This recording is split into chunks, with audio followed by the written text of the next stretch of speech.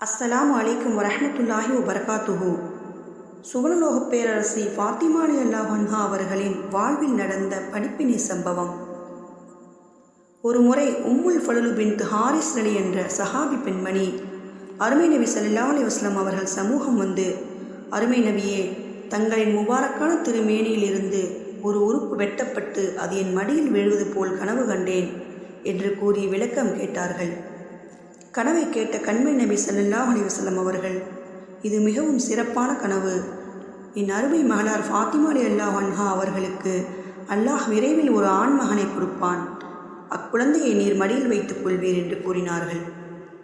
கண்மணி நபி ஸல்லல்லாஹு அலைஹி வஸல்லம் அவர்கள் சொன்னது போல் ஹிஜ்ரி 4 ஷஅபான் பிறை 5 செவ்வாய்க்கிழமை கண்மணி ஃபாத்திமா ரலியல்லாஹு அன்ஹா அவர்களின் இரண்டாவது மகனார் இமாம் ஹுசைன் அலி அவர்கள் பிறந்து விட்டார்கள். கனவு கண்ட பெண்மணி ஒரு நாள் ஹுசைன் அலி அவர்களை தனது மடியில் வைத்து கொஞ்சிக் கொண்டிருந்தார்கள்.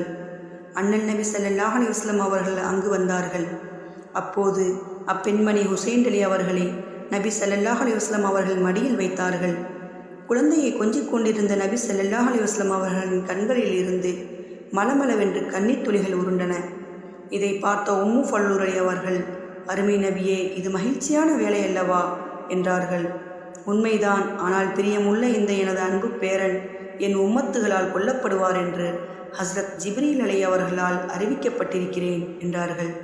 இதை கேட்ட அப்பெண்மணி ஆச்சரியத்துடன், அப்படியுமா நிகழும் என்று கேட்டார்கள். உண்மை உண்மை உண்மை, என் பேரன் படுகொலை செய்யப்படுகின்ற இடத்தின் மண்ணை கூட ஹஸ்ரத் ஜிப்ரீல் அலை அவர்களிடம் தந்துள்ளார்கள் என்று சொன்னார்கள். இந்த மண் உம்மஹாத்துல் முஃமினீன் உம்மு சல்மா அலி அவர்களிடம் இருக்கிறது. இம்மண் சிவந்து விட்டால் என் பேரன் ஹுசைன் அலி அவர்கள் கொலை செய்யப்பட்டு விட்டார் என்று தெரிந்து கொள்ளும் என்று இப்பெண்மணியிடம் நபி ஸல்லல்லாஹு அலைஹி வஸல்லம் அவர்கள் தெரிவித்தார்கள். இப்பிள்ளை பெரிதாகி விரோதிகளின் வாளுக்கு இரையாகிவிடும். என் உம்மத்தில் உள்ள அயோக்கியர்களே இப்பிள்ளையை வெட்டி விடுவார்கள். அல்லாஹ் அக்கொலைபாதகர்களுக்கு என்னுடைய ஷஃபாஅத்தை விரும்ப மாட்டான். இந்த விஷயத்தை இப்பிள்ளையின் தாய் ஃபாத்திமா ரலியல்லாஹு அன்ஹா அவரிடம் கூற வேண்டாம் என்றார்கள். இமாம் ஹுசைன் அலி ஷஹீதாக்கப்படுவார்கள் என்ற செய்தியை ஹஸ்ரத் ஜிப்ரீல் அலை அவர்கள் நபி ஸல்லல்லாஹு அலைஹி வஸல்லம் அவர்களிடம் 5 முறை கூறியுள்ளார்கள். இச்சம்பவத்தின் மூலம் நாம் அறிந்து கொள்ள வேண்டிய படிப்பினை: சஹாபி பெண்மணி கண்ட கனவுக்கு நபி ஸல்லல்லாஹு அலைஹி வஸல்லம் அவர்கள் அற்புதமான விளக்கம் அளித்தார்கள். ஆனால் அதன் பின்னணியில் மாபெரும் சோகம் ஒன்று மறைந்திருப்பதை சஹாபி பெண்ணுக்கு தெரியாது. தனது அன்பு பேரனின் கொடூர இறப்பை நினைத்து பாட்டனார் கண்மணி நபி ஸல்லல்லாஹு அலைஹி வஸல்லம் அவர்கள் எப்படி அழாமல் இருக்க முடியும்? பெற்ற தாய்க்கு இந்த விஷயம் தெரிந்தால் அவர்கள் உள்ளம் எப்படி சுக்கு நூறாய் உடைந்து இருக்கும்?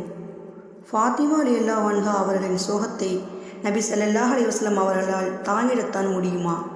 நபியின் குடும்பத்திற்கே இப்படி சோதனை என்றால் நமது சோதனைகள் அவ்வளவு பெரிதல்லவே?